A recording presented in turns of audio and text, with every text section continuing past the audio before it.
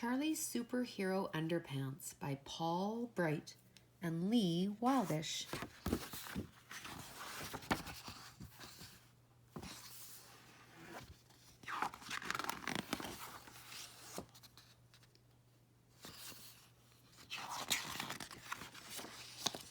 On a wild and windy day, round about the end of May, a great and gustling gale blew the washing clean away. Socks and vests, a woolly hat, but far worse than all of that, young Charlie's superhero underpants. Pow! As it soared into the sky, the washing billowed, flapped, and swirled until it slowly scattered to all corners of the world. Though they searched for days and nights with boats and planes and satellites, they found no trace of Charlie's underpants. Okay. That's embarrassing.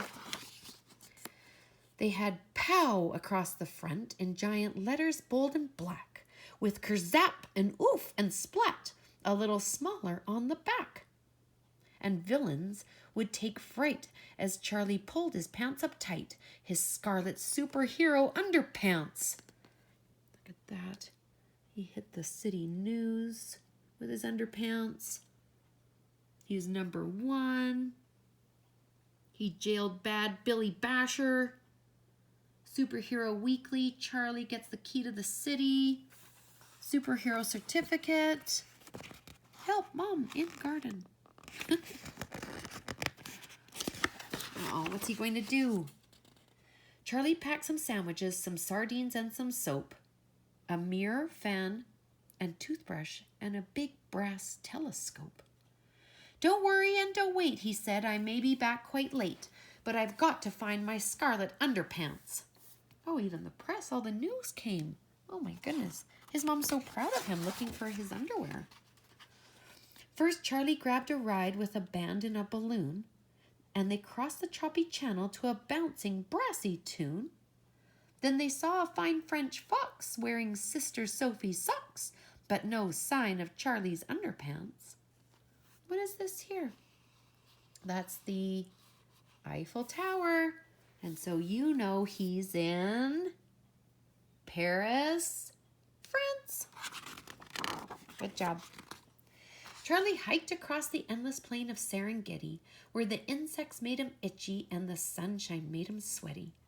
There he saw a lion with a stripy shirt and tie on, but no scarlet superhero underpants. Oh my, I would think that lion's very hot. Charlie climbed and clambered up the plateau of Peru, where the breeze that blows at night makes you shiver through and through. He found a pair of llamas wearing Brother Ben's pajamas, but he couldn't find his scarlet underpants. I would love to go to Peru someday and see some llamas. What a great idea, Charlie. Charlie searched the length of the mighty Mississippi, though the Mississippi's mud and the mud's all soft and slippery. And an alligator sat wearing Grandpa's woolly hat, but it wasn't wearing Charlie's underpants. Thank goodness, I think that tail would probably put a big hole in them. Charlie was fed up. He felt lonely, tired, small, on a steep and snowy hillside in the mountains of Nepal, when suddenly he saw in that land of ice and cold a huge and hairy creature, something wondrous to behold. Charlie blinked, rubbed his eyes. It couldn't be. It could. Oh, look at this. What is that? Do you know? Look what he's wearing. For there in Charlie's underpants, a Yeti proudly stood. A Yeti is like a Bigfoot, except Bigfoot has brown hair and Yetis have white hair, just like you see. And Yetis live in Nepal, and Bigfoots often are seen in places like Montana in the United States, maybe even in British Columbia. My underpants, cried Charlie. They're the ones I love the most. But they're mine now, growled the Yeti, and they keep me warm as toast. I'll swap you, Charlie said. You'll be snug from toes to head if you give me back my scarlet underpants. He's thinking about it. Charlie thanked the Yeti and he pulled the pants up tight.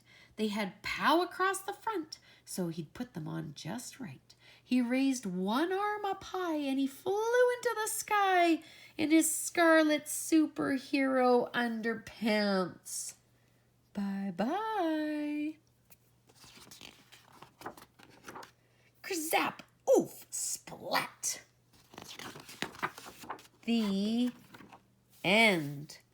Well, I don't know about his underpants, but I think I'd prefer to be looking for a cape or even borrowing his cape. Yikes! Have a good night.